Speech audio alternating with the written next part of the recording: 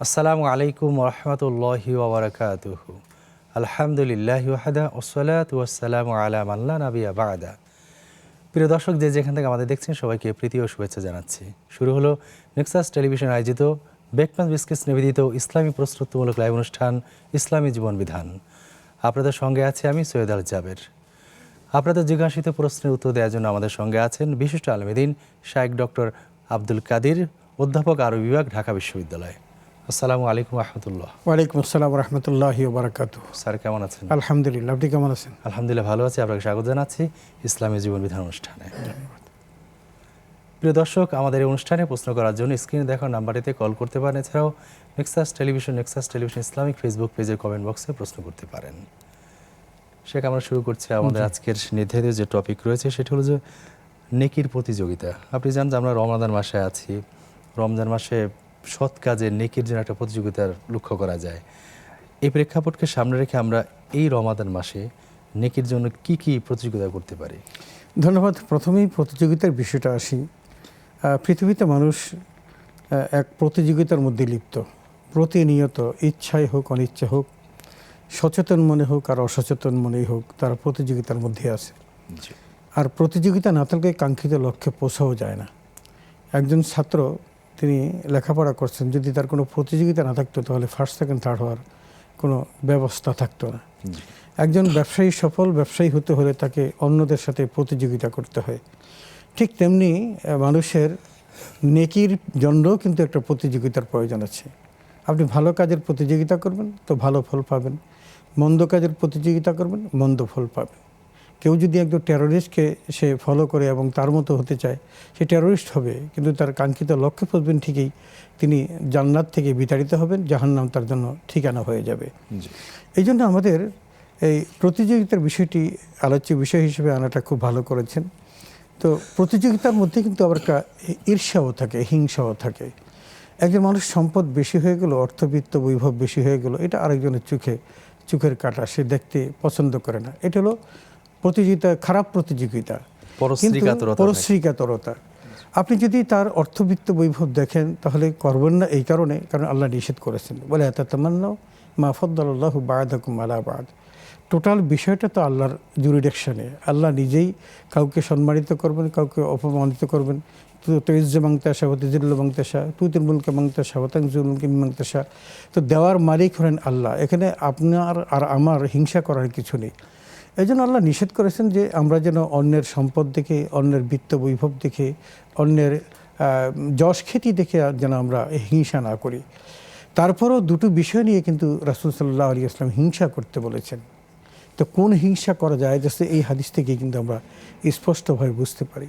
সেটা হলো এই, রাসূল বললেন যে ওই দুটো জিনিস সম্পর্কে হিংসা করা যায়। আল্লাহ তাআলা কাউকে কোরআনের জ্ঞান দিয়েছেন, তিনি সকালে সন্ধ্যা কোরআন তেলাওয়াত করছেন, তার সাথে হিংসা করা যায় যে আমার যদি এরকম তেলাওয়াতের শক্তি আল্লাহ দিত, কোরআনের জ্ঞান আমার হতো, তাহলে আমিও তার মতো দিন এবং রাত্রে তেলাওয়াত করতাম। ঠিক এমনিভাবেই আমরা আজকে এই সিয়ামের মাসেই যদি আমরা বলি, আল্লাহ তাআলা কাউকে সিয়াম পালন করার জন্য সামর্থ্য দিয়েছেন। কত মানুষ অসুস্থতার জন্য তিনি সিয়াম পালন করতে পারছেন না। ফামান শাহিদা মিনকুমুশ শাহরা ফালিয়াসুম। মাহে রমাদান পেয়েছে, তাকে সিয়াম পালন করতে হবে, ফরজ কাজ, তিনি করছেন। কিন্তু অনেককে আল্লাহ তাআলা এই সুযোগটা দেন নাই, কারণ তিনি অসুস্থ। তার জন্য অপশন দিয়েছেন, ওমান কানা মারিদান আও আলা সাফারিন ফাইদ্দাতুম মিন আইয়ামিন উখার। সে তখন এখন রোজাটা পালন না করে পরবর্তীতে আদায় করবে, কারণ সে অসুস্থ। এই সুযোগটা আল্লাহ তাকে দিয়েছেন। কিন্তু মাহে রমাদান যে আল্লাহ তাআলা একটা বড় নৈকট্যশীল এবং মর্যাদার একটা মাস দিয়েছেন। আমরা বাকি কথা শুনবো, একটা প্রশ্ন নিয়ে আসছি। আসসালামু আলাইকুম দর্শক, কে আছেন আমাদের সঙ্গে? প্রশ্ন করতে পারেন।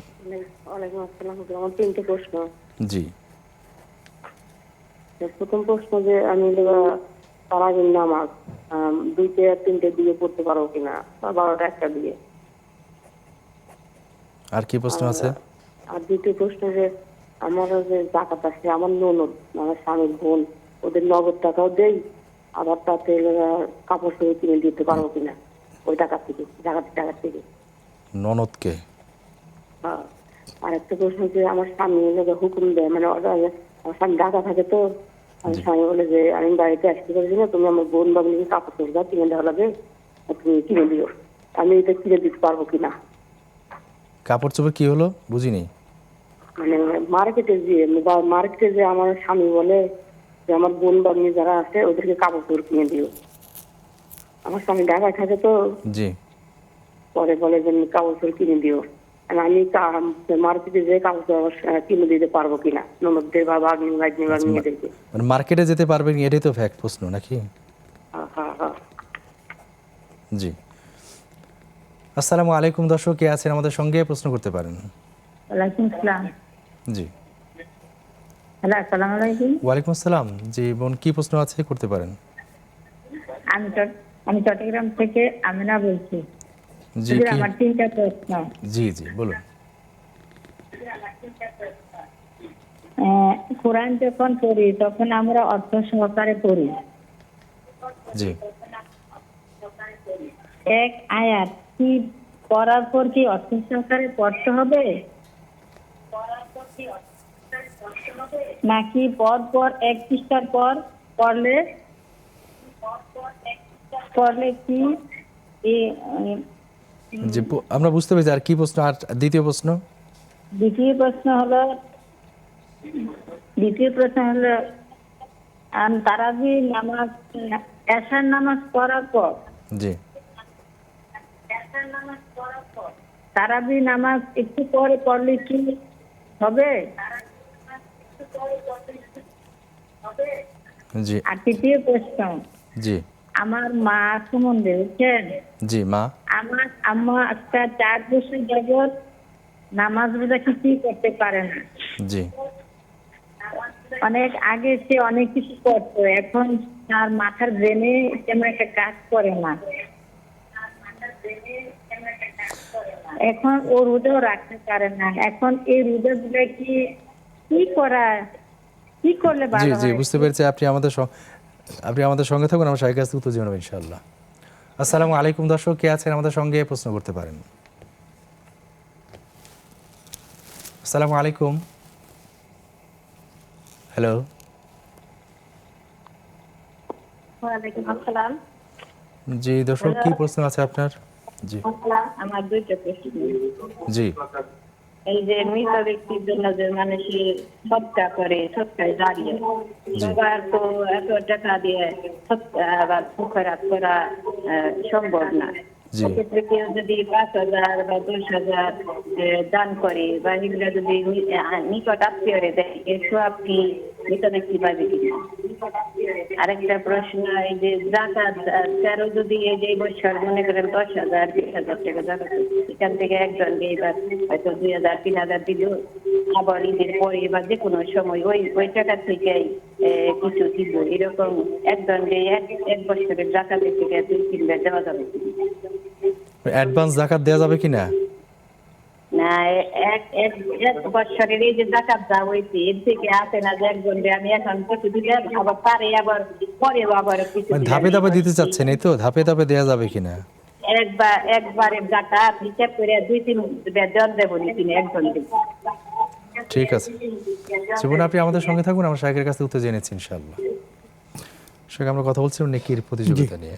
তো এখন নেকির প্রতিযোগিতা যে কথাগুলো বললাম, যেমন দুটো জিনিস সম্পর্কে রাসূল বললেন, একটা হলো কোরআনুল কারীম, আর একটা হলো ধন সম্পদ আল্লাহ কাউকে দিয়েছেন, তিনি সকাল সন্ধ্যা শুধু মানুষকে দান করতেছেন। এটাও আমরা প্রতিযোগিতা করা যায়। এখন এই প্রতিযোগিতা করাটা কিন্তু বৈধ কি অবৈধ?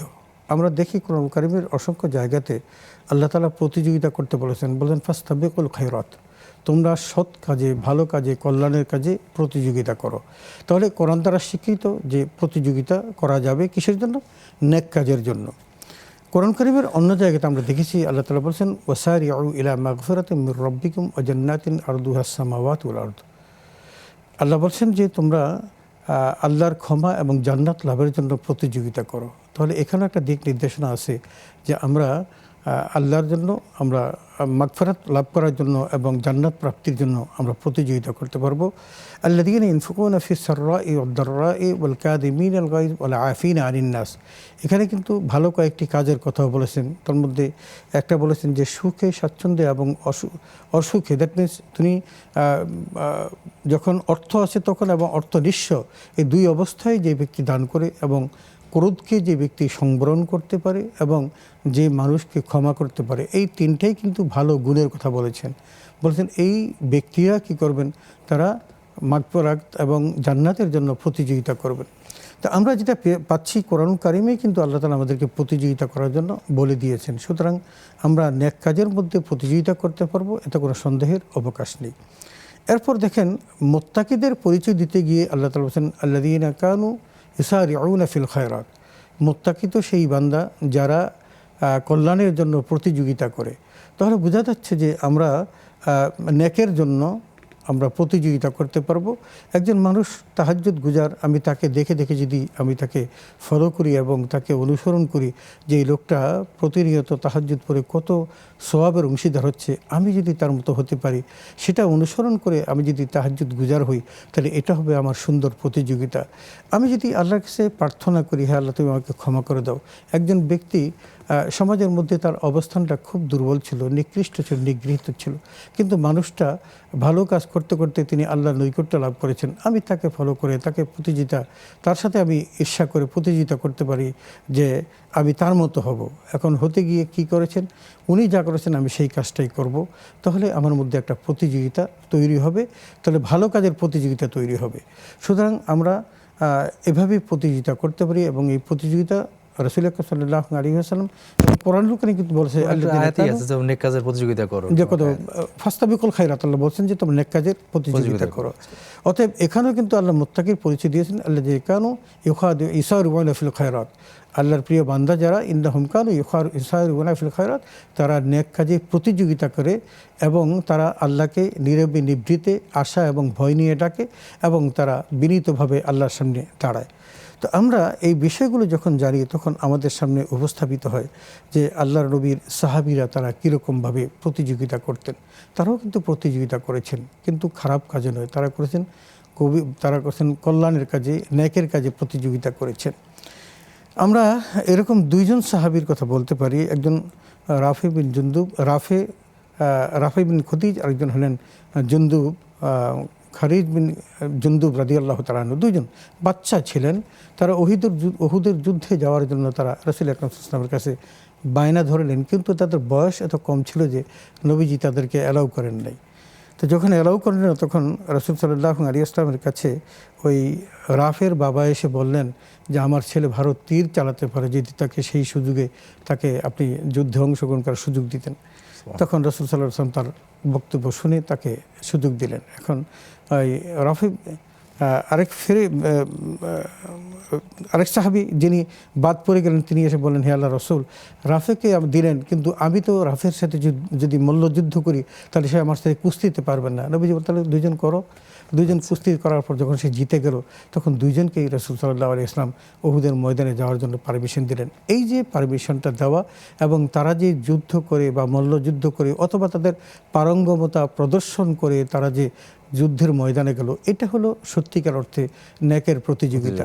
এই সমস্ত প্রতিযোগিতায় আমরা অংশগ্রহণ করতে পারি এবং করতে পারবো, এবং এই প্রতিযোগিতা করাটাই কিন্তু আমাদের জন্য হালাল, এবং এটা যদি আমরা করতে পারি তাহলে আমরা সত্যিকার অর্থেই আল্লাহর একজন প্রিয় বান্দা হতে পারবো ইনশাআল্লাহ।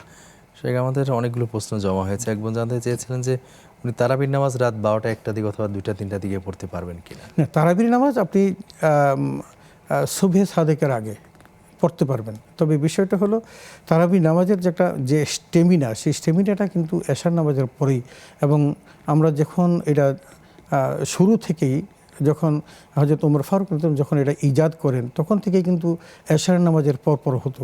অতএব আমরা সেটাই ফলো করব, সেভাবে পড়ার চেষ্টা করব। যদিও পরবর্তীতে কেউ যদি সুযোগ না পান তাহলে পরবর্তীতে পড়লেও কিন্তু 12টা 1টা 2টায় পড়লেও কিন্তু হবে, কিন্তু সুন্দর হলো এশার নামাজের পরে পড়া।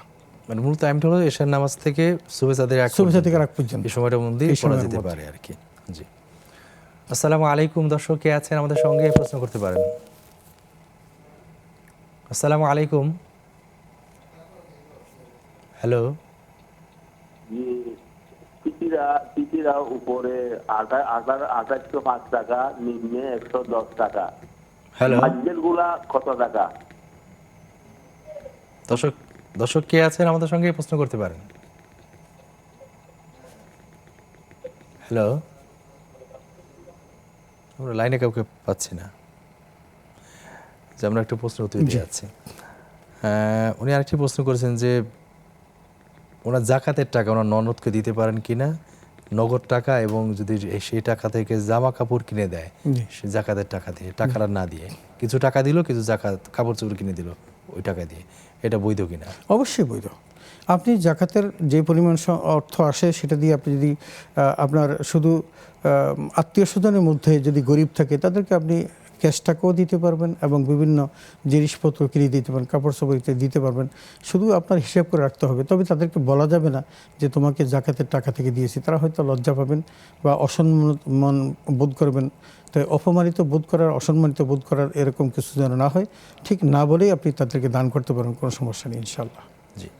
ওনার স্বামী ঢাকায় থাকেন, তো উনি স্বামী বলেছেন যে তার নিকটত্বে ভাই বোন যারা আছে তাদেরকে কাপড় চোপড় কিনে দাও মার্কেটে গিয়ে।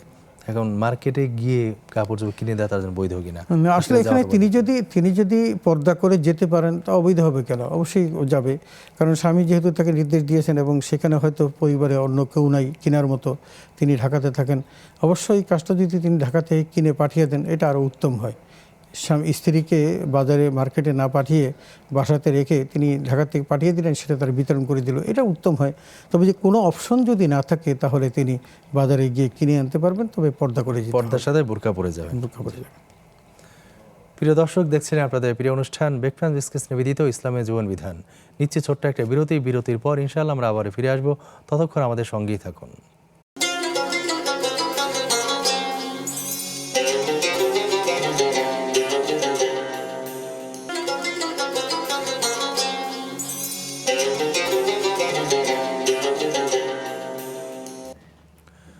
আসসালামু আলাইকুম প্রিয় দর্শক, বিরতির পর আমরা আবার ফিরে এসেছি আপনাদের প্রিয় অনুষ্ঠান ব্রেকফাস্ট বিস্কিটস নিবেদিত ইসলামী জীবন বিধানে। শেখ বিরতির পর ফিরে এসেছে। আমাদের অনেকগুলো প্রশ্ন এসেছে। আমাদের এক বোন জানতে চেয়েছিলেন যে উনি কোরআন পড়েন, অর্থ সহ পড়েন, এখন উনি কি এক আয়াত পর পর অর্থ পড়তে হবে নাকি একটা পেজ শেষ করলে বা অনেকগুলো শেষ করার পর অর্থটা পড়বে? না, এটি সবচেয়ে উত্তম হলো এক আয়াত পড়ে এক আয়াতের ব্যাখ্যা, কারণ পুরাটা পড়লে তিনি খুব বেশি হৃদয়ঙ্গম করতে কষ্ট হবে। বরং একটা আয়াত পড়লেন, এই একটা আয়াতে অনুবাদও পড়লেন, এটার ব্যাখ্যাটাও পড়লেন, পরে তিনি বুঝলেন যে এখানে কী আছে, তারপর পরবর্তী আয়াতে গেলেন। এটা হলে তার ধরে রাখতে সুবিধা হবে বেশি।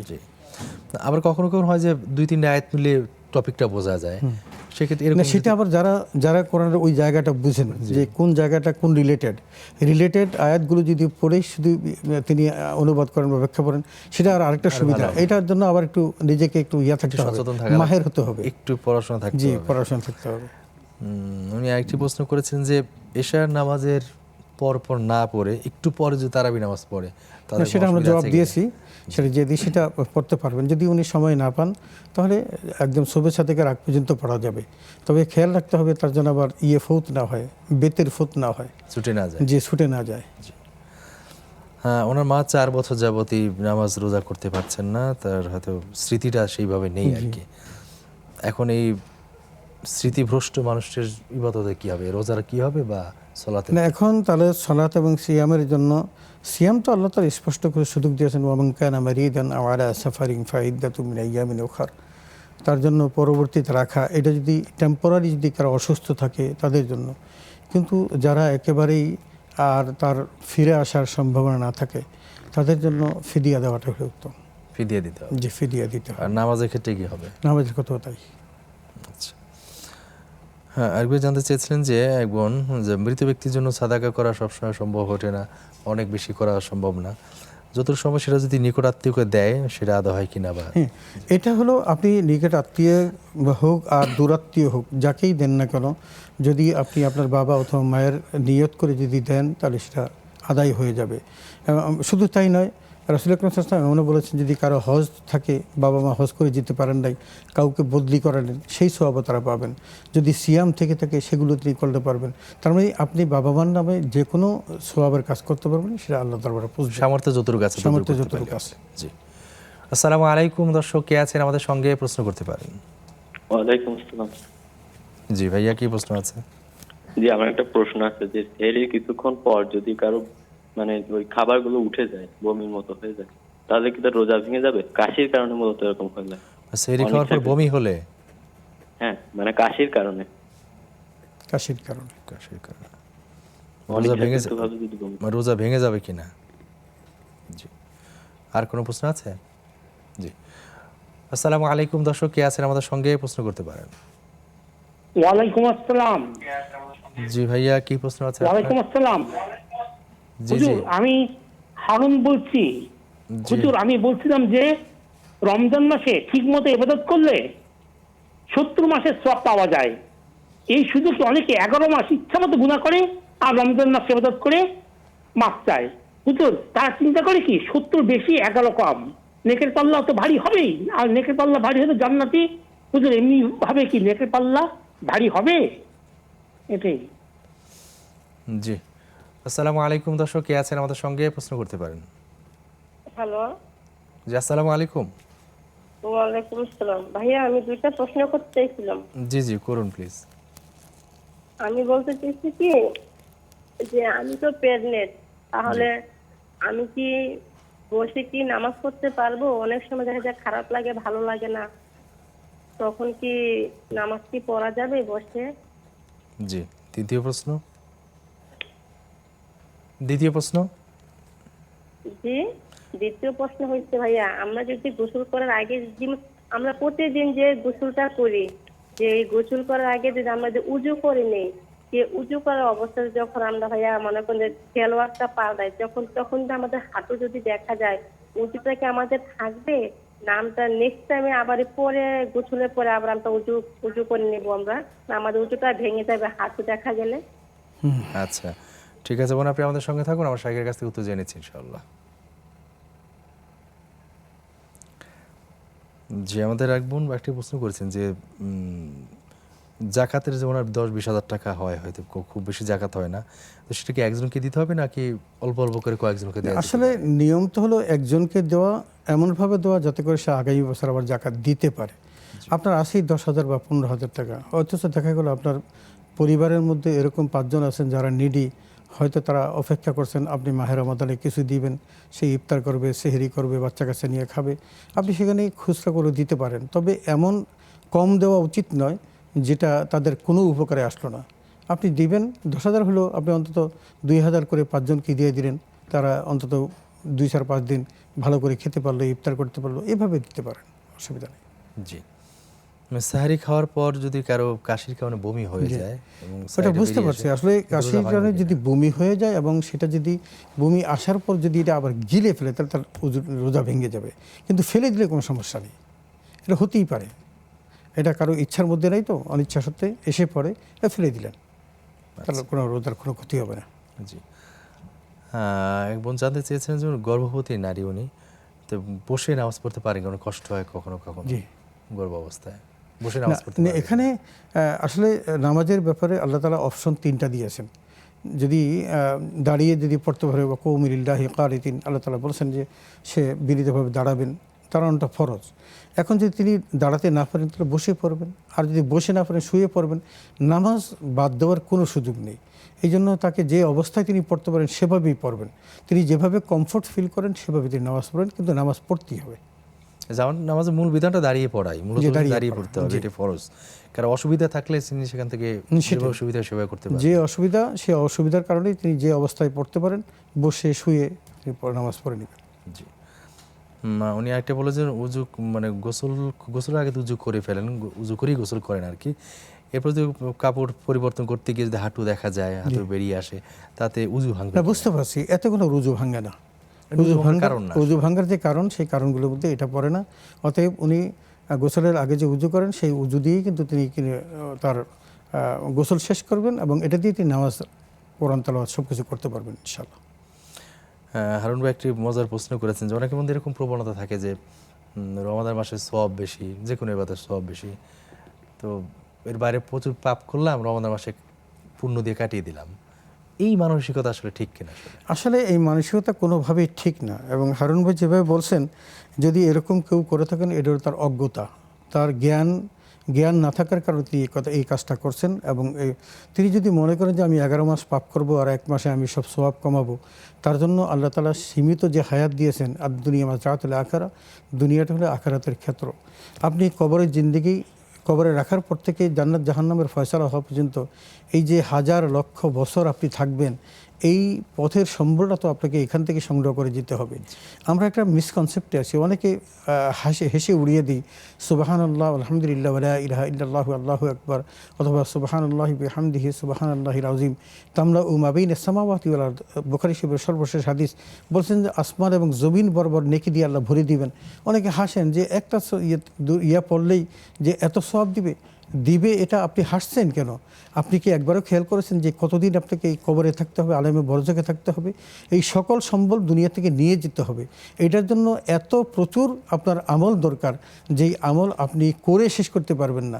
এখন আপনি যদি মনে করেন 11 মাস আপনি পাপ করেছেন, 1 মাসে আল্লাহ 70 গুণ দিবে, সে দিয়ে আপনি সব কভার করে দিবেন, অথবা যা পাপ করছেন কাটাকাটি হবে, বিষয়টি এরকম না। বিষয়টি এরকম না। আল্লাহ তো কঠিন শাস্তি দাতা, অবশ্যই অবশ্যই। আল্লাহ যেমন দয়াশীল বা কঠিন শাস্তি আবার দাতা। যেমন না আল্লাহর নাম রহমানুর রহিম, আবার আল্লাহর নাম জব্বার কাহার। ইন্না বাতশা রাব্বিকা লাশাদীদ বলছেন, আমার পাকড়াও কিন্তু অত্যন্ত কঠিন। সুতরাং আমরা যদি এভাবে নিজের মতো করে চিন্তা করি, পাপকে হালকা করে দেখার কোনো সুযোগ প্রশ্নই নেই। ওঠে না, প্রশ্নই ওঠে না, কাটাকাটি বিষয়টা এরকম না, প্রশ্নই ওঠে না। আপনি পাপ থেকে দূরে থাকতে হবে এবং বেশি বেশি নেকির কাজগুলো করে জি যেতে হবে। অবশ্যই অবশ্যই। কোনটা কবুল হচ্ছে না আমরা কিছুই জানি না। না না, এবং আপনি কখন মারা যাবেন সেটা আপনি জানেন না। আপনি অপেক্ষায় থাকবেন, আপনি মাহে রমজান আসলে আপনি সব আমল করে 700 গুণ বেশি করবেন, আপনি রমজান আসলে আগে তো চলে যেতে পারেন। নিশ্চয়তা কে দেবে? সেই নিশ্চয়তা দিবে আপনাকে। জি, সে এক চমৎকার আমরা উত্তর জেনেছি। আমাদের এক ভাই ফেসবুকে মোহাম্মদ শাফায়াত হোসেন জানতে চেয়েছেন যে রোজা রেখে যদি কেউ অশ্লীল ভিডিও দেখে বা বাজে ভিডিও দেখে, তাতে তার রোজা ভঙ্গ হয়ে যাবে কিনা, রোজা হবে কিনা?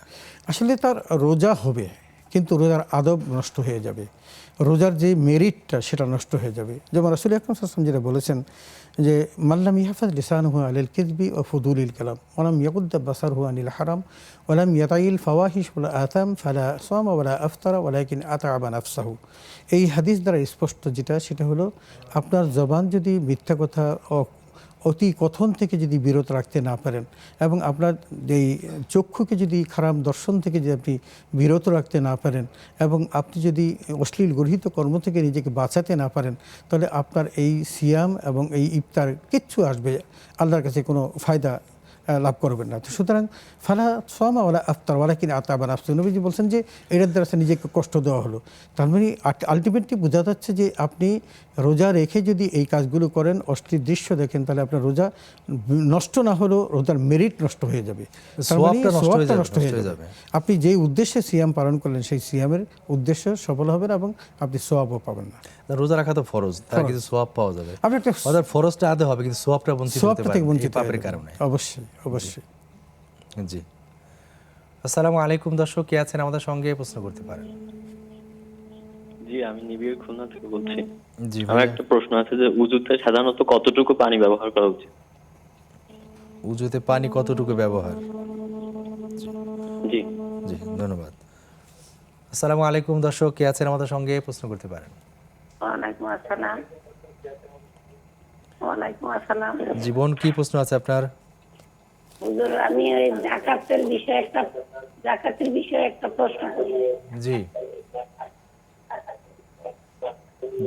জাকাতে কি জানতে চান? জাকাতে হুজুর আমাদের বাসা যে কাজ করে খালারে, জি। যদি জাকাতের টাকা দেই, মনে করেন বলি যে এটা ওই ঈদ বোনাসের সাথে কাটাই দিই, তাহলে কি হবে? ঈদ বোনাস বাবদ জাকাতের টাকা। জি, জি ঈদ বোনাস বাবদ জাকাতের টাকা থেকে ঈদ বোনাস দিচ্ছে, এটা আর কি, এই তো দেয়া যাবে কিনা। জি, ঠিক আছে। আসসালামু আলাইকুম দর্শক, কে আছে আমাদের সঙ্গে প্রশ্ন করতে পারেন। জি, আসসালামু আলাইকুম। ওয়ালাইকুম আসসালাম। জি দর্শক, কি জি, প্রশ্ন আছে আমার ওয়াইফে একটা প্রশ্ন করতেছে যে আমার ছোট ছেলে মাদ্রাসায় পড়ে, 14 বছর বয়স। জি, জি, তো আমার ওয়াইফে যখন দরজা খুলে তার সাথে একটু ধাক্কা লেগে গেছে আর কি, এটা কি গুনাহ হবে কিনা? কি হয়েছে বুঝি নাই। মানে আমার ছোট ছেলে মাদ্রাসায় পড়ে, তো বাসায় আসছে, আসার পরে তা আমার ওয়াইফের দরজা খুলতে যায়, তার সাথে মানে বুকের সাথে ধাক্কা লেগে গেছে। তো এটার জন্য কি সে গুনাহগার হয়েছে কিনা? কে গুনাহগার হবে? ছেলে না আমার ওয়াইফ, মানে তার মা। অর্থ কথা না। জি, ঠিক আছে দর্শক, আপনি আমাদের সঙ্গে থাকুন, আমরা শাহের কাছে উত্তর জেনেছি ইনশাআল্লাহ। যে আমাদের এক ভাই প্রশ্ন করেছেন যে উজুতে কতটুকু পানি ব্যবহার করা? অবশ্যই উজুতে অপচয় না করে যতটুকু পানি দিয়ে আপনি উজু করতে পারেন ততটুকুই। হযরত সাদ রাদিয়াল্লাহু তাআলা যখন উজু করছিলেন একটু পানি বেশি ব্যবহার করছিলেন, রাসূল সাল্লাল্লাহু আলাইহি ওয়াসাল্লাম তাকে বললেন, তুমি পানিতে এত বেশি খরচ করলে কেন? নবীজি স্পষ্ট বলে দিলেন যে প্রবাহমান পানির মধ্যেও যদি কেউ উজু করে, মানে নদীতেও যদি উজু করে, যে নদীতেও যদি সে উজু করে তবুও যেন সে অতিরিক্ত খরচ না করে।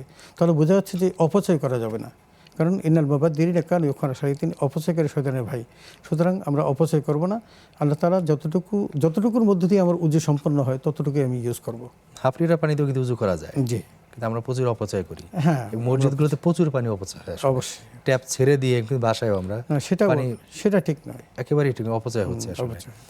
আর আসলে পানি ব্যাপারটা অল্প একটু পানি নিয়ে বেশি ঘষলে কিন্তু পানি কম লাগে, আমরা ঘষি। আমি আশ্চর্য যে আমরা হজে গিয়ে আমাদের ওই আফ্রিকান যারা ইয়ে করে এই ছোট্ট হাফ লিটার পানি দিয়ে সে কি সুন্দর উজু করতেছে, দেখলে খুব ভালো লাগে। আমি নিজে একবার 1 লিটার পানি, আমরা হাফ লিটার পানিতে উজু করেছি, উপায় ছিল না, আমার হাফ লিটার ছিল। শুধু এটাই আসলে যত কম ব্যবহার করা যায়, যত কম খরচ করা যায়, জি, তার মানে অপচয় করা যাবে না। জি। প্রিয় দর্শক, দেখছেন আপনাদের প্রিয় অনুষ্ঠান নেক্সাস টেলিভিশনের ইসলামী প্রশ্ন উত্তরমূলক লাইভ অনুষ্ঠান ব্রেকফাস্ট বিস্কেস নিবেদিত ইসলামী জীবন বিধান। নিশ্চিত ছোট্ট আরেকটি বিরতির পর ইনশাআল্লাহ আমরা আবার ফিরে আসবো। ততক্ষণ আমাদের সঙ্গেই থাকুন।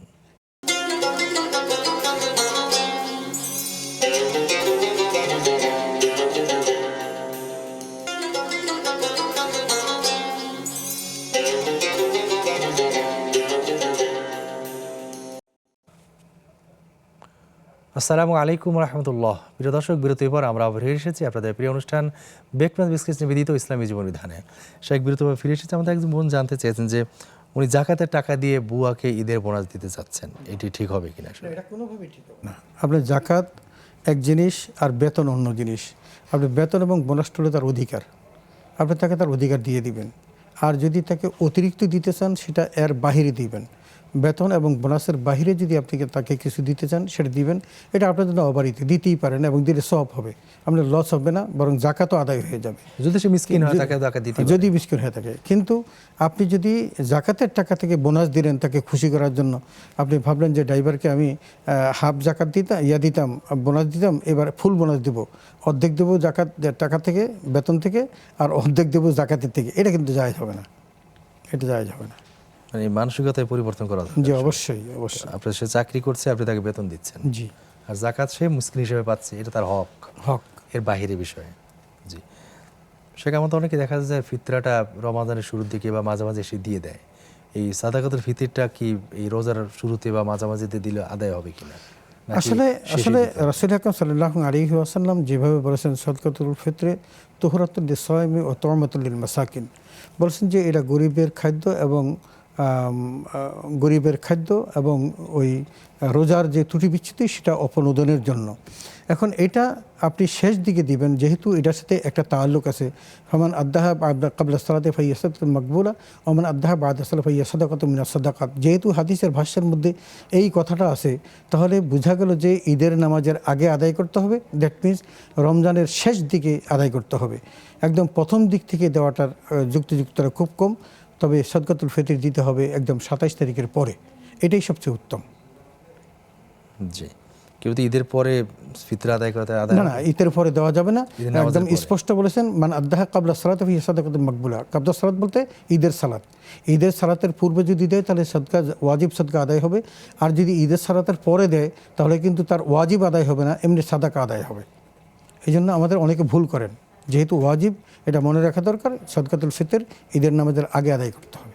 জি, পরে আদায়ের সাথে সাধারণ দান হবে, কিন্তু ফিতর আদায় হবে না। রমাদান মাসে আসলে একটা ধারণা মানুষের মধ্যে তৈরি হয় যে রমাদান মাসে কবর আযাব বন্ধ থাকে, এটা আসলে সঠিক কিনা? আসলে কবর আযাবের বিষয়টা এটা কোনো হাদিসে পর্যন্ত পাওয়া যায় নাই, স্পষ্ট না। কিন্তু একটা জিনিস বলা আছে যে ফুতিহাত আবওয়াবুল জান্নাহ গুল্লিকাত আবওয়াবুন নার সুফিদাতিশ শায়াতিন। আল্লাহ তাআলা জান্নাতের দরজা খুলে দেন, জাহান্নামের দরজা বন্ধ করে দেন, শয়তানকে আবদ্ধ করে রাখেন, শৃঙ্খলিত করে রাখেন। এটার উপর ভিত্তি করে অনেকে মনে করেন যেহেতু শয়তান বন্ধ থাকে তাহলে কবরে আযাবও মাপ থাকে। এরকমভাবে আমি স্টাডি করে দেখেছি যে সরাসরি কোনো হাদিস পাওয়া যায়নি যে মাহে রমাদানে কবরের আযাব বন্ধ থাকে। হ্যাঁ, তবে হালকা করা হয়। হালকার ব্যাপারে সরাসরি কোনো টেক্সট পাওয়া যায় না, কিন্তু কোনো text দূরবর্তী পাওয়া একটা যায় না। ব্যাখ্যা পাওয়া যায়। একটা দূরবর্তী ব্যাখ্যা পাওয়া যায়। জি।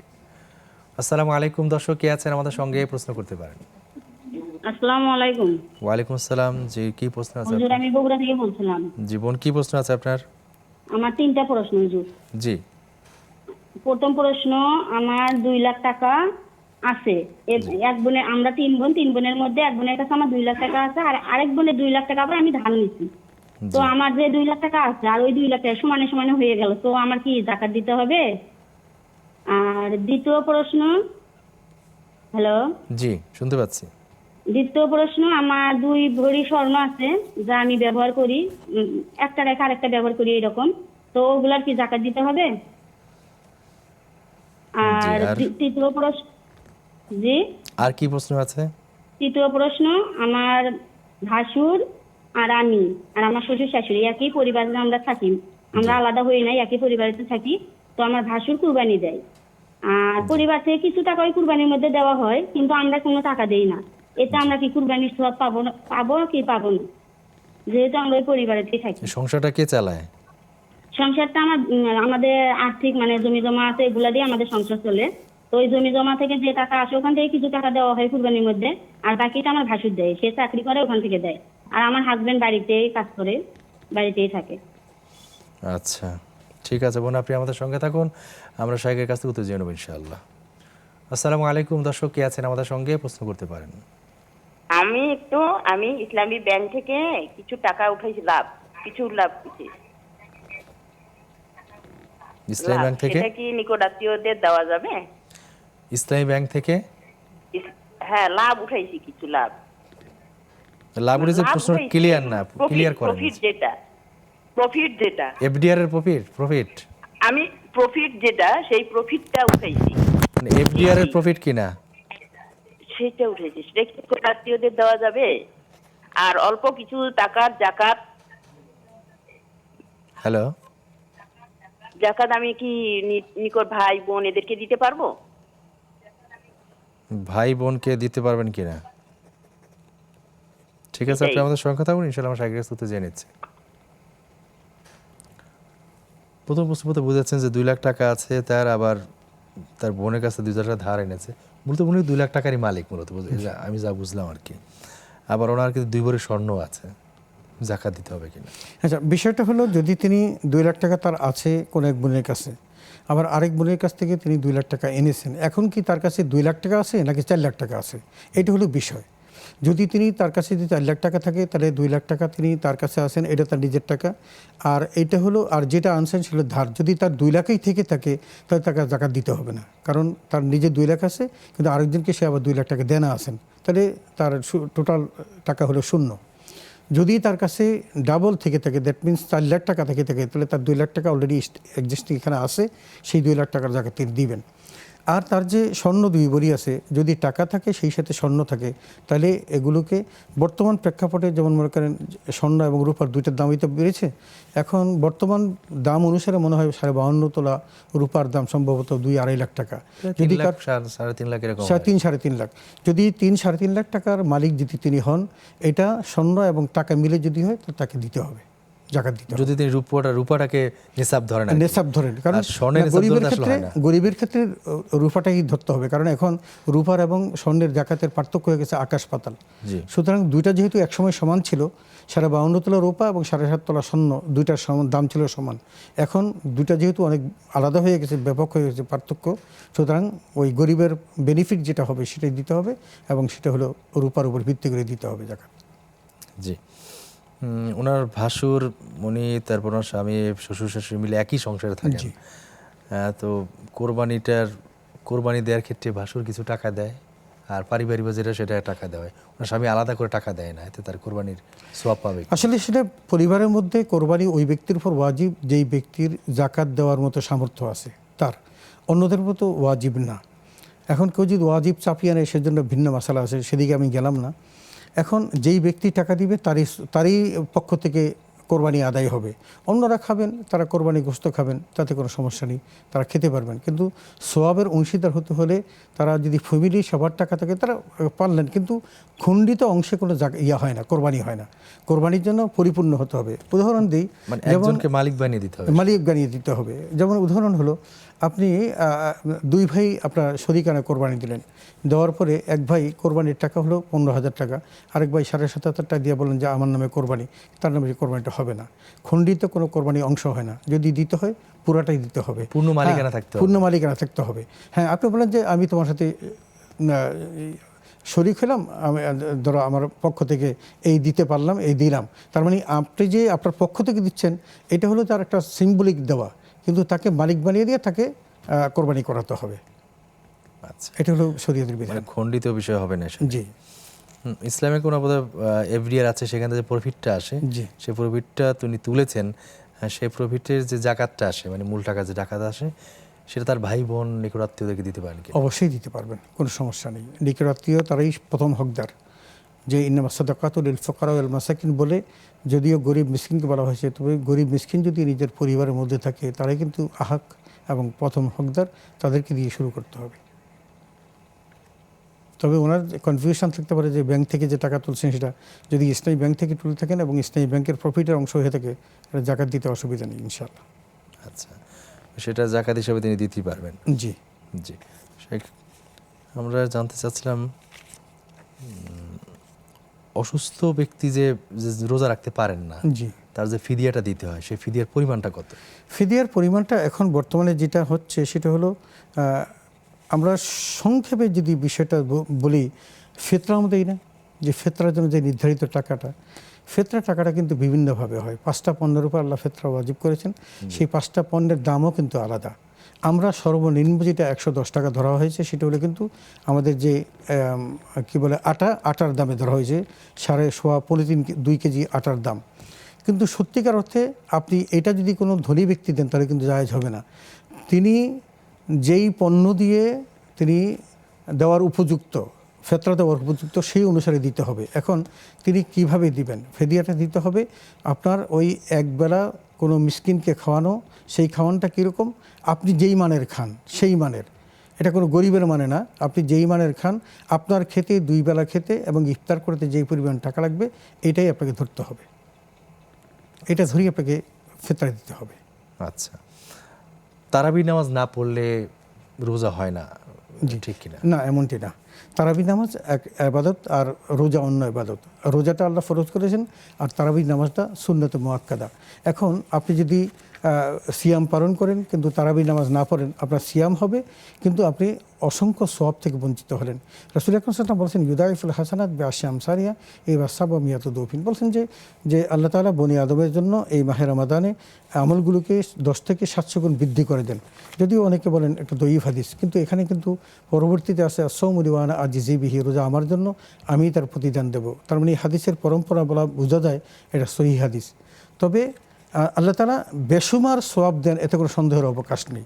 তো আপনি যেহেতু রাসূল আকরাম সাল্লাল্লাহু আলাইহি ওয়াসাল্লাম সুন্নত মুআক্কাদা হিসাবে তারাবি নামাজ দিয়েছেন, আপনি এটা আদায় করবেন এবং অসংখ্য সওয়াব পাবেন। কারণ হাদিসের মধ্যে আরেকটা অংশ আছে, জাআলাল্লাহু সিয়ামাহু ফারিদাতান ওয়া কিয়ামা লাইলিহি তাতাওয়ুআন, বলছেন যে আল্লাহ তাআলা দিনের ভাগকে সিয়াম পালন করার জন্য ফরজ করেছেন এবং রাতটাকে ইবাদতের জন্য, কিয়ামুল লাইলের জন্য নির্ধারণ করেছেন। অতএব আমরা রাতের যে ইবাদতগুলো সেগুলো করব, ভিন্ন ইবাদত, তবে দুইটার জন্য আলাদা সওয়াব আছে। আপনি তারাবি নামাজ না পড়লে আপনার রোজা হবে না এমনটি না।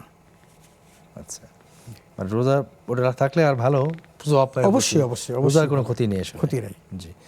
আমাদের এক ভাই প্রশ্ন করেছিলেন যে তার 14 বছর একটা ছেলে আছে, সে দরজা খুলতে গিয়ে তার মা গায়ের সঙ্গে ধাক্কা লেগে যায়, বুকের সঙ্গে ধাক্কা লেগে যায়, এতে তার কোনো গুনাহ? না, এটা কোনো গুনাহের প্রশ্নই ওঠে না। মা এবং সন্তানের ব্যাপার তো, এগুলো প্রশ্ন ওঠে না। এই জাতীয় প্রশ্ন আমরা মনে হয় এগুলো আমাদের মনের মধ্যে আনাও ঠিক না। জি।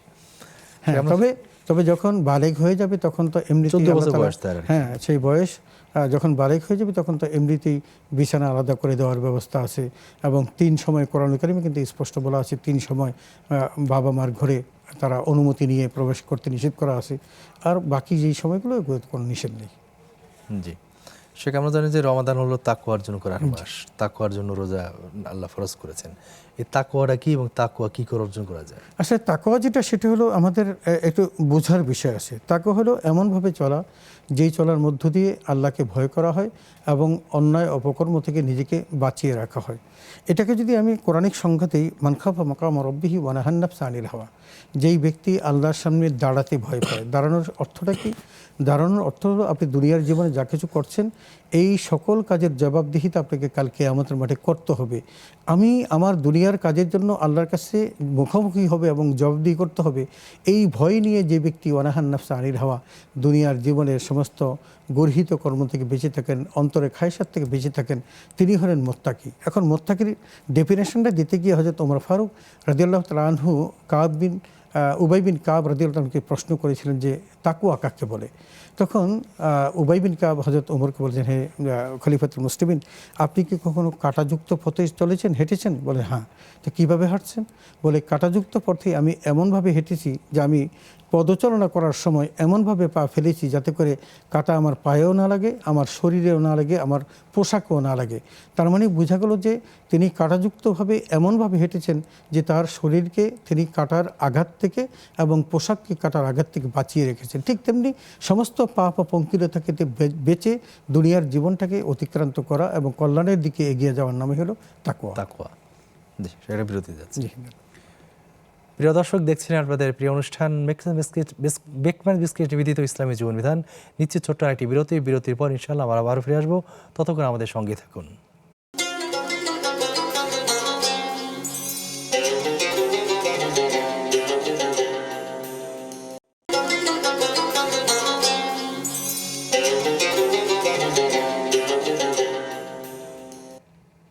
আসসালামু আলাইকুম প্রিয় দর্শক, বিরতির পর আমরা আবার ফিরে এসেছি আপনাদের প্রিয় অনুষ্ঠান নেক্সাস টেলিভিশন ইসলামী প্রশ্নোত্তরমূলক লাইভ অনুষ্ঠান বেকম্যান বিস্কিট নিবেদিত ইসলামী জীবন বিধানে। শায়েখ, বিরতির পর ফিরে এসেছি। আমাদের একজন জানতে চেয়েছিলেন যে রোজা রেখে রক্তদান করা যায় কিনা? অবশ্যই দান করা যাবে। রক্ত পুশ করা যায় না, কিন্তু বের করা যায়। দ্যাট মিনস আপনি রোজা রাখছেন, কাউকে যদি আপনি রক্ত দান করেন আপনি কোনো সমস্যা হবে না ইনশাল্লাহ। রক্ত গ্রহণ করা যাবে কিনা? গ্রহণ করা যাবে, গ্রহণ করা যাবে না, কিন্তু দেওয়া যাবে, দেওয়া যাবে, গ্রহণ করা যাবে না। গ্রহণ করা যাবে না। অনেকে শ্বাসকষ্টে ইনহেলার ব্যবহার করেন, রোজা রেখে ইনহেলার ব্যবহার? না, ইনহেলার ব্যবহার করা যায়। ইনহেলার ব্যবহার করলে রোজার কোনো ক্ষতি হয় না। তবে যদি লিকুইড হয় তাহলে সেটা যেন পাকস্থলীতে ঢুকে না যায়, এটা সাবধান থাকতে হবে। আবার আছে যে যারা ডায়াবেটিস রোগী তারা যে ইনসুলিনটা নেন, সেটা নিয়ে রোজা? আধুনিক স্কলার যারা তারা বলেন যে ইনসুলিন নিলে রোজার কোনো ক্ষতি হয় না, এবং মিশর ভিত্তিক যে স্কলার গ্রুপ আছে তারা এটাকে জায়েজ করেছেন এবং বর্তমানে ইনসুলিন দেওয়া হয় ইয়ার আগে, ওই ইফতারির আগে। আচ্ছা, আমরা দিয়ে থাকি। আচ্ছা, মানে রোজা রাখা অবস্থায় দিতে জি, পারবে? রোজা রাখা অবস্থায় দেওয়া সেটা কোনো ক্ষতি, রোজার কোনো ক্ষতি নেই। যাদের হার্টের ব্যথা আছে, হার্টের জন্য তখন তারা মুখের মধ্যে একটা স্প্রে দেয় জিহ্বার নিচে, সেই স্প্রেটা দিলে? জিহ্বার নিচে যে স্প্রে দেওয়া হয় সেটাতে রোজা ভাঙে না, কিন্তু ওটা যদি গলে লিকুইড হয়ে যদি পাকস্থলীতে চলে যায় তাহলে রোজা ভাঙবে। এই জন্য খেয়াল রাখতে হবে, এটা যখন দিবে, দেওয়ার পর যখন ব্যথা কমে যাবে তখন ফেলে দিতে হবে, আবার সরিয়ে ফেলতে হবে। ওটা যখন আবার গলে যাবে, বলা আছে যদি গলে যায় এবং গলে সেটা যদি পাকস্থলীতে চলে যায় তাহলে রোজা ভেঙে যাবে। আচ্ছা, আমাদের অনেকে দেখা যায় যে রোজা রেখে টুথপেস্ট দিয়ে ব্রাশ করেন রোজা রাখা অবস্থায়, তাতে কোনো রোজা ক্ষতি আছে? রোজার কোনো ক্ষতি হবে না। রাসূল আকরাম সাল্লাল্লাহু আলাইহি ওয়াসাল্লাম মেসওয়াক করতেন। তো মেসওয়াক আর আমাদের টুথপেস্ট কিন্তু এক জিনিস না। পেস্টের মধ্যে একটা কি আছে, একটা ঝাঁজ আছে, একটা ইয়ে আছে, একটা স্বাদও আছে। তো যদি স্বাদটা যদি গ্রহণ করে তাহলে কিন্তু রোজা ভেঙে যাবে। এই জন্য দিনের বেলা পেস্ট দিয়ে মেসওয়াক করা বা ব্রাশ করাটা মাকরুহ। সুতরাং মাহে রমাদানে মাকরুহ পরিত্যাগ করা উচিত। আসসালামু আলাইকুম দর্শক, কে আছেন আমাদের সঙ্গে? প্রশ্ন করতে পারেন। ওয়ালাইকুম আসসালাম। হুজুর, আমার টিভিতে কারেন্ট নেই, তো আমাকে একটু ফোনের ব্যবস্থা দেবেন। আমি যদি প্রতিদিন সূরা ফজরের ইয়াসিনের আমল করি, আর কোরআন শরীফ খতম দেওয়ার কারণে আমলটা করি পাচ্ছি না, এতে আমার সঙ্গে সমস্যা হলো। সূরা ইয়াসিনের আমল করি প্রতিদিন সকালে, মানে আমলটা বাদ রাখছি, আমি খতম দেওয়ার চেষ্টা আছে। তো খতমের জন্য ওটা বাদ রাখছেন, এই তো? তাতে গুনাহ হবে কিনা? হ্যাঁ, ফোনেই তো জবাবটা দেন। জি, ঠিক আছে। কাউকে কারেন্ট নাই। জি, আসসালামু আলাইকুম। আসসালামু আলাইকুম ওয়ালাইকুম দর্শক, আসসালাম। যে কে আছেন আমাদের সঙ্গে? ওয়ালাইকুম আসসালাম। আমার একটা প্রশ্ন আছে। জি ভাইয়া, কি প্রশ্ন আছে? জি, মানে রোজা কত বছর থেকে ফরজ হয়, মানে এক্সাক্ট বয়সটা কত হবে? কত বছর বয়সে রোজা ফরজ? জি। ঠিক আছে ভাই, আপনি আমাদের সঙ্গে থাকবেন, আমি শাইখের কাছ থেকে তো জেনে নিচ্ছি ইনশাআল্লাহ। ওই বোন সূরা ইয়াসিনের আমল করেন প্রতিদিন সকালে, কিন্তু খতম করার উদ্দেশ্যে তিনি এখন বন্ধ রেখেছেন, এতে কোনো ক্ষতি না, আছে? গুনাহ হবে কেন? গুনাহ হওয়ার কোনো কিছু নেই, বরং তিনি যে তেলাওয়াত করতেছেন তেলাওয়াত তিনি সওয়াব পাবেন। তিনি সূরা ইয়াসিন পড়লেও তেলাওয়াত করতেন, অন্য তেলাওয়াত দিয়েও তিনি কিন্তু তার এটা কন্টিনিউ করে যাচ্ছেন, সুতরাং সেগুলো গুনাহ হওয়ার কোনো প্রশ্নই ওঠে না, সুযোগ নেই, বরং সওয়াব হচ্ছে। সওয়াব হচ্ছে। ঠিক কত বছর বয়সে রোজা ফরজ? এটা হলো, আমরা সিয়াম সম্পর্কে বালেগের কথা বলা হচ্ছে, তো যেহেতু সালাত সম্পর্কে বলা আছে যদি 7 বছর বয়স থেকে তাদের তালকিন দাও এবং 10 বছর বয়সে তাদেরকে প্রহার করো, তাহলে বোঝা যাচ্ছে যে 10 বছর বয়স থেকে কিন্তু তার উপর সিয়াম ফরজ। সুতরাং যখন সে বালেগ হবে এবং সে বুলুগিয়তের বিষয়টা যেহেতু হাদিস দ্বারা 10 বছরের কথা বলা হয়েছে, যে 10 বছর বয়সে যদি সে সালাত আদায় না করে তাহলে অদ্রিবুহুম, তাদেরকে প্রহার করো। সুতরাং এই 10 বছর বয়স থেকেই তাকে সিয়াম পালন করতে হবে। যেসব আজকে আমাদের যে আলোচনা টপিক ছিল নেকির প্রতিযোগিতা, জি হ্যাঁ, এ বিষয়ে বাকি কথা। দেখুন, নেকির প্রতিযোগিতা, এটা তো আমরা অনেকগুলো আলোচনা করলাম। কোরআন কারীম আল্লাহ নিজেও বলেছেন এবং আল্লাহ তাআলা এটাও বলেছেন ওয়াসাবিকু ইলা মাগফিরাতিন মির রাব্বিকুম ওয়া জান্নাতিন আরদুহা কাআরদিস সামাই ওয়াল আরদ। এখানেও আল্লাহ বলেছেন যে তোমরা যে মাগফিরাত এবং জান্নাত লাভের জন্য প্রতিযোগিতা করো। তো এই প্রতিযোগিতা আমরা দেখেছি সাহাবায়ে কেরাম করেছেন। যেমন হযরত ওমর ফারুক রাদিয়াল্লাহু তাআলা আনহু রাসূল আকরাম সাল্লাল্লাহু আলাইহি ওয়াসাল্লাম এক যুদ্ধে বললেন, তোমাদের এই দ্যাট মিনস হয়তো যুদ্ধটা তাবুক যুদ্ধ ছিল, যে ওই যুদ্ধে অনেক খরচের প্রয়োজন ছিল। নবীজি বললেন, তোমাদের যার যতটুকু সম্ভব তোমরা সর্বোচ্চ দান করবে। তো হযরত ওমর ফারুক রাদিয়াল্লাহু ভাবলেন যে আমি তো কোনোদিন কোনো আমল দ্বারা হযরত আবু বকরকে পিছনে ফেলতে পারি নাই, এটা প্রতিযোগিতা, ফেলতে পারিনি, তো আমার এই বছর সুযোগ আছে, আমি তাকে পিছনে ফেলবো। এই কারণে হযরত ওমর ফারুক রাদিয়াল্লাহু তাআলা তার যা সম্পদ ছিল তার অর্ধেক নিয়ে তিনি গেলেন নবীজির কাছে এবং সেটা তাকে সমর্পণ করলেন। আবু বকর সিদ্দিক রাদিয়াল্লাহু আসতে একটু দেরি করলেন। তিনি যখন আসলেন তার কাছে সামান্য কিছু ছিল, তিনি সেটাই নবীজি সাল্লাল্লাহু আলাইহি ওয়াসাল্লামের কাছে উপস্থাপন করলেন। তো নবীজি সাল্লাল্লাহু আলাইহি ওয়াসাল্লাম হযরত ওমরকে বললেন, হে ওমর, তুমি কি নিয়ে এসেছো? তো হযরত ওমর বললেন, হে আল্লাহর রাসূল, আমি আমার যা সম্পদ ছিল তার অর্ধেক রেখে এসেছি এবং অর্ধেক আমার পরিবারের জন্য রেখে এসেছি। রাসূল আকরাম সাল্লাল্লাহু আলাইহি ওয়াসাল্লাম হযরত আবু বকরকে জিজ্ঞেস করলেন, আবু বকর, তুমি তোমার বাড়িতে কি রেখে আসছো? হযরত আবু বকর সিদ্দিক বলেন যে, আল্লাহর রাসূল, আমি আমার আল্লাহ এবং তার রাসূলকে বাড়িতে রেখে আসছি। তার মানে নবীজির প্রশ্নের ধরন দেখেই ওমর ফারুক বুঝতে পারলেন যে তিনি প্রতিযোগিতায় হেরে গেছেন। তিনি বললেন, আফসোস যে আমার সম্পদ থাকা সত্ত্বেও আমি আজকেও আবু বকরকে হারাতে পারলাম না। আসলে সত্যিকার অর্থে আমাদের এই প্রতিযোগিতা দরকার, যেটা আমরা নেকের কথা বলছি। নেকের প্রতিযোগিতা হলো যে ভালো কাজে আমরা প্রতিযোগিতা করব এবং হারাতে চেষ্টা করব অন্যকে। হযরত আবু বকর সিদ্দিক রাদিয়াল্লাহু তাআলা আনহু রাসূল আকরাম সাল্লাল্লাহু আলাইহি ওয়াসাল্লামের সাথে গারে সৌরে তিনি সঙ্গী ছিলেন, যার শানে আল্লাহ তাআলা কোরআন কারীম নাযিল করে বলেছেন, হুয়া থানি ইয়াসনাইন ইদ হুমা ফিল গার। তিনি ছিলেন দুজনের একজন ওই গুহার মধ্যে। সেই দুজনের একজন রাসূল আকরাম সাল্লাল্লাহু আলাইহি ওয়াসাল্লাম আর একজন হলেন হযরত আবু বকর সিদ্দিক রাদিয়াল্লাহু তাআলা আনহু। হযরত ওমর ফারুক রাদিয়াল্লাহু তাআলা সারা জীবন বলতেন, যদি ওমর ফারুক তার 3 দিনের, আবু বকর যদি তার 3 দিন আমাকে ফেরত দিত, আমি আমার সারা জীবনের সমস্ত নেক তাকে দিয়ে দিতাম। সুবহানাল্লাহ। তারপরেও সম্ভব না, কারণ ওই 3 দিনে রাসূল আকরাম সাল্লাল্লাহু আলাইহি ওয়াসাল্লামকে তিনি যেভাবে পাহারা দিয়েছেন, কারণ একদিকে তার ভয় ছিল কাফের মুশরিকরা তাকে হত্যা করে ফেলবে, অন্যদিকে নিজের জীবন বিপন্ন করে যেভাবে তিনি 3টি দিন কাটিয়েছেন, এটা আল্লাহর কাছে অত্যন্ত পছন্দ হয়েছিলেন বলে কোরআন কারীমে তার সম্পর্কে তার শানে আয়াত নাযিল করে বলেছেন। তো যাই হোক, আমরা এভাবে দেখি সাহাবা কেরাম তারা প্রতিযোগিতা করতেন। রাসূল আকরাম সাল্লাল্লাহু আলাইহি ওয়াসাল্লামের একখানা হাদিস খুব সুন্দর, দেখেন নবীজি বলছেন, কেউ যদি আজান এবং জামাতে উপস্থিত হওয়াটা, প্রথম কাতারে উপস্থিত হওয়া, এটার কল্যাণ যদি জানতো, তাহলে তার লটারি করে হলেও তারা সামনের কাতারে দাঁড়াতো। আল্লাহু আকবার। তাহলে নবীজি বলছেন, কেউ যদি নামাজে অংশ করার যে ফজিলত এটা যদি জানতো, তাহলে তারা কোশ্চিনকালও এটা ত্যাগ করতেন না। আরেকটা হাদিসের শেষ ভাগে হাদিসে বলছেন যে ফজর এবং এশার নামাজ, এই দুটার গুরুত্ব দিয়ে বলছেন, কেউ যদি জানতো ফজর এবং এশার নামাজের জামাতে হাজির হলে কি পরিমাণ সওয়াব আল্লাহ রেখেছেন, তাহলে তারা হামাগুড়ি দিয়ে হলেও তারা এই দুইটা ওয়াক্তে জামাতে অংশগ্রহণ করত। তাহলে আল্লাহ তাআলা এবং তার রাসূল তো অসংখ্য এক্সাম্পল দিয়ে আমাদেরকে এই প্রতিযোগিতার কথা বলেছেন। তাহলে আমরা কি করব? আমরা এই দুটো কাজে প্রতিযোগিতা করব, অন্য কোনো কাজে নয়। অথচ দুনিয়াতে প্রতিযোগিতা হয় অর্থবিত্ত বৈভবের জন্য, এমনকি অন্যকে হত্যা পর্যন্ত করা হয়।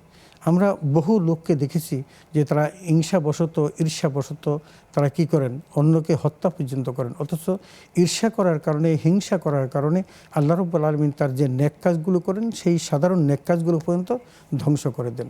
রাসূল কি বলেছেন? রাসূল বলেছেন আল হাসাদ ইয়াকুলুল হাসানাত কামা তাকুলুন নারুল হাতাব। মানুষ যে হিংসা করে, বলছেন হিংসা মানুষের নেক আমলকে এমনভাবে পুড়িয়ে সারখার করে দেয় যেমনভাবে আগুন কাঠকে পুড়িয়ে সারখার করে দেয়। তাহলে বোঝা যাচ্ছে আপনি যত নেক কাজই করুন না কেন, যদি হিংসা থাকে, ঈর্ষা থাকে, তাহলে সব শেষ হয়ে যাবে। বরং হিংসা করতে হবে, ঈর্ষা করতে হবে নেক কাজের প্রতি, প্রতিযোগিতা করতে হবে নেক কাজের দিকে। তাহলে আমরা হিংসা মুক্তভাবে জীবনের কাজে অংশগ্রহণ করব। শাইখ, আমরা অনুষ্ঠানের শেষ পর্যায়ে চলে এসেছি। আপনাকে অনেক অনেক কৃতজ্ঞতা জানাই আমাদের সময় দেওয়ার জন্য। জাযাকাল্লাহ খাইরান। ধন্যবাদ আপনাকে, ধন্যবাদ নেক্সাস টেলিভিশনের সকল কলাকুশলীকে, সেই সাথে যারা এই সুন্দর অনুষ্ঠানের প্ল্যাটফর্ম তৈরি করে সুন্দর কথাগুলো বলার সুযোগ করে দিলেন। আল্লাহ তাদের হায়াতে বারাকা দান করুন, ব্যবসায়ী তারাক্কি দান করুন। শুকরিয়া। প্রিয় দর্শক, দেখছেন আপনাদের প্রিয় অনুষ্ঠান নেক্সাস টেলিভিশন ইসলামী প্রশ্ন এবং লাইভ অনুষ্ঠান বেকরাজ বিসকিস নিবেদিত ইসলামী জীবন বিধান। আমরা আজকের পর এখানে শেষ করছি। আগের পর্ব দেখুন আমন্ত্রণ জানিয়ে আসসালামু আলাইকুম ওয়া রাহমাতুল্লাহি ওয়া বারাকাতুহু।